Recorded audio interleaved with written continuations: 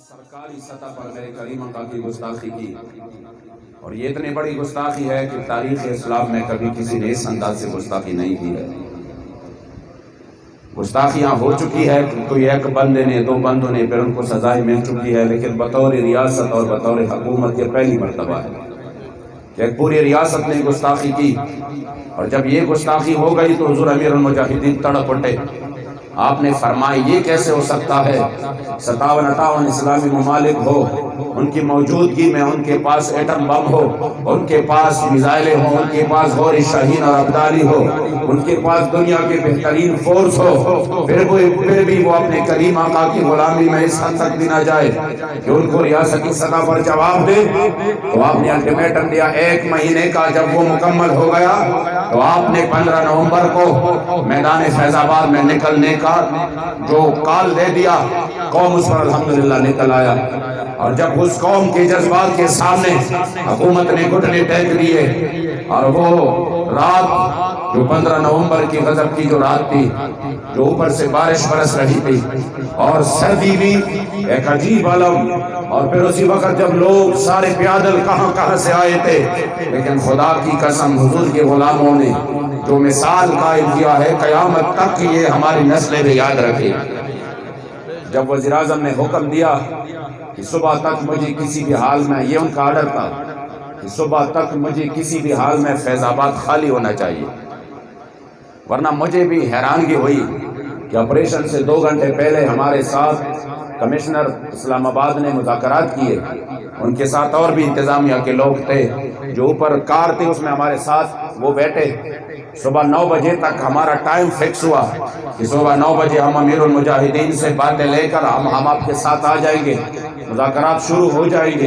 انہوں نے کہا ٹھیک ہے۔ جو ہی وہ گئے 2 گھنٹے بعد آپریشن شروع ہوا، وعدہ خلافی ہوئی۔ میں بھی حیران تھا۔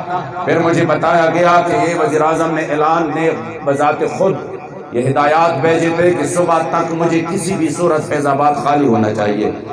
تو پھر انہوں نے ان کے پاس جتنا بھی سامان تھا وہ سب لے کے آیا، اور انہوں نے وہ ظلم کیے جو کہ شاید زندگی میں بندہ اتنے زیادہ تعداد میں شعر کبھی کسی بھی مظاہری پر نہیں برسائے گئے۔ اس نے حد لوگوں پر، مگر کرم تھا رب لا یزال، میرے مصطفی کریم کا خصوصی نگاہ ناز تھا کہ جب آپ لوگ ڈٹے رہے تو صبح کو انہوں نے کہا ٹھیک ہے ہم مذاکرات کرتے ہیں، اور 3 مہینے کا ٹائم لے لیا کہ ہم یہ بات پارلیمنٹ میں لے کے جائیں گے۔ جب وہ ٹائم گزر رہا تھا، چیلم پر ہمارے امیر محترم نے ان کو وہ وعدہ یاد دلایا کہ ہمیں وہ وعدہ یاد ہے۔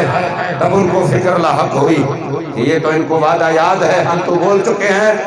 تو انہوں نے پھر سے مذاکرات کا آغاز کر دیا۔ لیکن خدا کی قسم یہ مسئلہ اتنا چھوٹا نہیں تھا، یہ مسئلہ وہ کائنات کا سب سے حساس ترین مسئلہ تھا، جس کی وجہ سے حضور امیر المجاہدین وہ صدمہ برداشت نہ کر کے دنیا سے رحلت فرما گئے۔ آپ کے صاحبزادہ صاحب فرماتے ہیں کہ آپ روتے تھے رات کو، جب میں دیکھتا تھا آپ کے آنسو جاری ہوتے اور آپ روتے تھے، اور رونا صرف اسی بات کا تھا کہ ہائے کاش ہم کس منہ سے حضور کے سامنے جائیں گے۔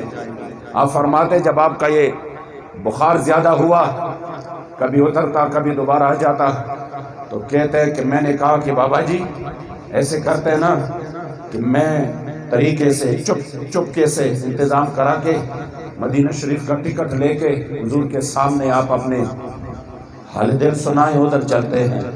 کہہ رہے کہ بابا جی نے مجھے کہا کہ میں کس منہ سے حضور کے سامنے جاؤں گا؟